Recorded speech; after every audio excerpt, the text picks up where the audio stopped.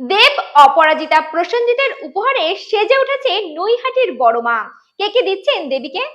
নৈহাটির বড়মার মন্দিরে এবারে কালী পুজোর চোখে পড়ার মতো দৃশ্য। দেবী প্রতিমা সাজানো হচ্ছে তারকাদের পাঠানো উপহারে। কেউ দিয়েছেন রূপোর গয়না, কেউ বেনারসি শাড়ি, সবই মানত পূরণের পরে।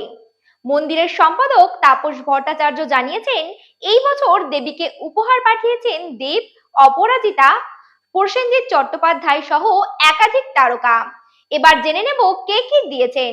দেব পরপর তিনটি হিট ছবি খাদান, ধূমকেতু, রঘু ডাকাত এর সাফল্যের পর মানত পূরণে পাঠিয়েছেন দামি বেনারসি শাড়ি। পুজোর দিন তা দেবীর পেছনে টাঙানো হবে। তার সঙ্গে মন্দিরে গিয়েছিলেন শুভশ্রী গঙ্গোপাধ্যায় ও ইথিকা পাল।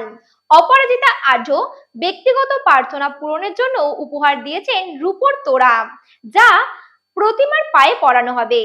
প্রসেনজিৎ চট্টোপাধ্যায় তার ছবি দেবী চৌধুরানী মুক্তির আগে বড় মায়ের আশীর্বাদ নিতে এসেছিলেন। সঙ্গে ছিলেন শ্রাবন্তী চট্টোপাধ্যায় ও পরিচালক শুভজিৎ মিত্র। তার পক্ষ থেকেও পাঠানো হয়েছে বেনারসি শাড়ি। যিশু সেনগুপ্ত ও মুখ্যমন্ত্রী মমতা বন্দ্যোপাধ্যায় সহ আরো অনেকে এসেছেন বড় মায়ের মন্দিরে।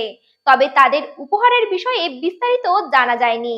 মন্দিরের সম্পাদক তাপস ভট্টাচার্য জানান, বড় মায়ের মূর্তি বড় হওয়ায় শাড়িগুলো গায়ে না পরিয়ে পেছনে সাজিয়ে রাখা হয়।